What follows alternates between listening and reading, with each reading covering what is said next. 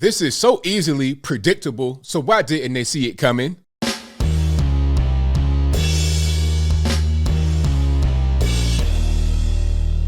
How's everybody doing? My name is Anthony Brian Logan, and today we got to talk about a transgender inmate who impregnated not one, but two different women while inside a New Jersey state penitentiary.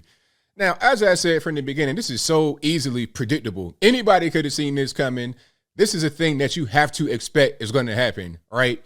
If you have a male-only prison, you're going to have inmates that get together and they do what they do. Nobody's going to get pregnant in that situation, obviously, because you're going to have biological XY men. You're not going to have XX women, or at least you shouldn't, not in the men's penitentiary. And the same thing for the women. They might have women that get together, do whatever they do, LGBT type stuff going on. But you're not going to have pregnancy because there's no men in the women's penitentiary. But now you have these biological XY men who identify as women, who identify as transgender, who still have their full male genitalia, and they're now getting women pregnant. Now, shout out to Right Wing Angel, aka Oliver Mack, on Instagram. We spoke about this last night on Brandon Tatum's stream, and he has this graphic right here that I want to show you. It's not graphic in that sense, but I just kind of want to show you the progression of this whole thing, how this whole thing played out. And then we're going to get to an article to dig into it a little bit deeper. But you see what's going on. Two New Jersey prison inmates are pregnant after facility allows transgenders. And I guess that's where it is, the Edna Mahan Correctional Facility for Women. Now, this is Demetrius. Okay, that's the person that we're talking about, Demetrius. That's how he looked before, and now we have Demi. That's the same person. Oh yeah, but rather than Demetrius, you got Demi. Just like the person formerly known as William Thomas is now Leah Thomas out there in UPenn or wherever that is, breaking all those NCAA women's swimming records. Okay, this is the same person. Still got his male parts and all of that. And then he's daddy now. So from Demetrius to Demi to daddy. Not one, but two different women impregnated at this particular penitentiary. Imagine that conversation, right? When these women have their actual babies inside the jail and then they grow up, it's like, okay, where's my dad at? How'd you meet dad? Well, it's a long story, son. This is ridiculous, but anybody could have seen it coming, right? So the article, you see what it says. They're pregnant after sex with a transgender prisoner.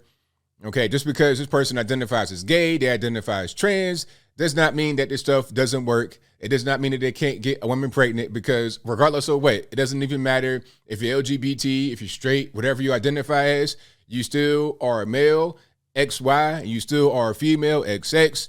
And as far as I know, that's how babies are made when they get together and do the adult thing, right? That's just how it works. Aside from all the other stuff. That's why you have separation in the penitentiary, because you don't want to have this kind of thing going on. But when you allow men to house with women, you will have this thing happen. Very simple. So the article reads, two inmates serving time in New Jersey's only state prison for women became pregnant after they had sex with a transgender inmate, according to a report on Wednesday. The unidentified jailbirds became pregnant at the Edna Mahan Correctional Facility after engaging in a, quote, consensual sexual relationship with another incarcerated person, unquote. The State Department of Corrections told NJ.com. Now, let's talk about that for a moment. They say it's consensual relationship. That doesn't make a difference at all. I don't care if it's consensual or not. It's worse, obviously, if there's some kind of physical force involved, but the consensual nature is irrelevant. You have female prisons and male prisons for a reason. Let's not have the fraternization. Let's not have the situation where babies can be brought into the world, where you have women in their jail cell having to be brought to the hospital, or having a baby right there in the cell if the baby's coming early. Let's not have any of that going on. Okay, this ain't the streets. It should be punitive, right? How is it punitive if you have men who are allowed to jail with women? Right? That's not punitive at all. So the whole thing should be men on one side, women on the other side, not any kind of mixing. Now, whether somebody's LGBT or whatever, that's a different story. but men house with men, women house with women. That's the way it should be in K through 12. When you're talking about bathrooms, when you're talking about locker rooms, when you're talking about sports, there's separation for a reason. That ain't to say that women are just somehow second-class citizens, all this and that and the third. It's about safety. It's about fairness. It's about doing things that make sense. We know what happens when we don't do things that make sense. We have disastrous results. But I'll keep on going. In 2021, New Jersey enacted a policy to allow prisoners to be housed in accordance with their preferred gender identity. The policy was part of a settlement from a civil rights suit brought by a woman forced to live in the men's prison or men's prisons for 18 months. There are more than 800 prisoners, including 27 transgender men, at the New Jersey Correctional Facility, which does not require trans women to undergo reassignment surgery in order to be housed there. Now, go back to this lawsuit. They say there was a woman forced to live with men. I think what they may be talking about is a man, a biological XY man who identifies as a woman. So maybe there was a man who wanted to live with the women biologically. Trans, all that kind of stuff, that's just identity. That's just how somebody feels. Is that the place right there? Good grief. You're talking about something from Germany, 1940s. I mean, what's going on? But anyway, so that's the article right there. This, like I said, is very predictable. Anybody could have seen it coming. And I think this kind of thing was set into motion by gay marriage, in my opinion. Maybe this happened before gay marriage really became a thing. I'm not really sure. But I think, yeah, definitely. What it said, 2019? If I'm not mistaken, that's when the whole thing happened. So, no, okay, 2021 is when the policy came into effect. Obviously, gay marriage came before that. I'm not necessarily against somebody who's LGBT. If somebody's gay or whatever, that's their business. I'm not necessarily against somebody being gay and married, really. Okay, I'm not coming at it from a religious point of view. I'm not necessarily against them, but I know when you allow gay marriage, once you cross that boundary, once that's no longer taboo, it's just kind of regular. It's not really a big deal anymore. It's going to be the next thing they try to make not be a big deal anymore. Okay, so now you're talking about kids being so-called transgender, like Dwayne Wade's son, 12 years old.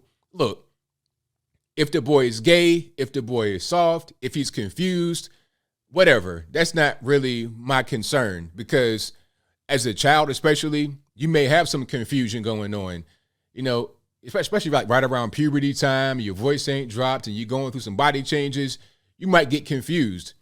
However, I don't think during that confusion that it makes sense to allow a child to identify as transgender. If you want to be an adult over the age of 18, knock yourself out. But a 12-year-old, and then when the parents take steps to make that be a reality, hormone blockers, puberty blockers, surgery even, we're going way too far. But see, we already went too far when we allowed gay marriage. That was the first domino. Now there's a bunch of other dominoes in the way. You're going to have children identifying as trans. You're going to have teachers talking about their gay escapades in the classroom with little kids, 5, 6 years old. You're going to be teaching little 5-year-olds about trans issues, all that kind of stuff, all the way up to a penitentiary where we have a biological XY male with his twig and berries being locked up with women who might be liking on the guy. They might be attracted to him. All right. And then somebody might say, well, ABO, come on, man, that's not necessarily going to happen. Why would you do that? Well, they're inmates. We're not talking about people that make the best decisions all the time. Okay. The guy, quote unquote, Demi, or the girl, Demi, I'm not sure what this person's pronouns are, but they were in there. This person got locked up for manslaughter. So he murked somebody at the age of 16, if I'm not mistaken. And then now at 30 years old, still in there. Yeah, I believe I got that right. I think the person was 16 when they got locked. Now they're 30 and still in there. So, I mean, if you got locked at 16 where you tried as an adult, how long was your sentence? Did you have any bad behavior while in jail? And I also read a different article that there was a history of some kind of like, sexual interaction and stuff like that, maybe inside the penitentiary or outside the penitentiary. Either way it goes, I think once you just let one domino fall, once you let one thing get out of the taboo box, that opens the door for more things to be outside of the taboo box.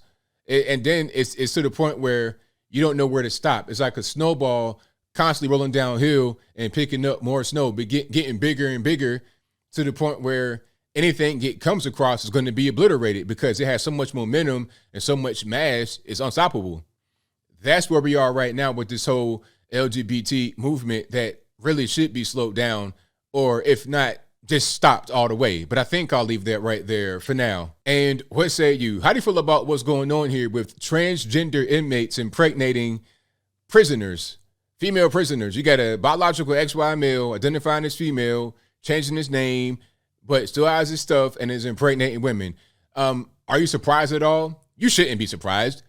I mean, come on. We know what happens when women and men get together in a confined space and they might be attracted to each other. They might know each other from the hood. Come on. We know what's going to happen. And that's not even talking about the sexual assault. That's a whole different animal right there. You're going to have some men who are for their whole life until they get to be 32 years old, identified as a male, got a wife, kids, all of that. Then they go to the penitentiary. Oh, okay, my name ain't Sam no more. My name is Samantha. Lock me up with the women. And then they go and assault women. Okay, that's going to happen. It's going to happen. We've seen it time and time again. It's no surprise when it happens. So how about we just eliminate these policies that allow for things like this to persist? That's just my humble opinion, but whatever your thoughts are, please let me know in the comments below. And that's all I got to say for this video. If you like what you heard, please comment, rate, share, and subscribe.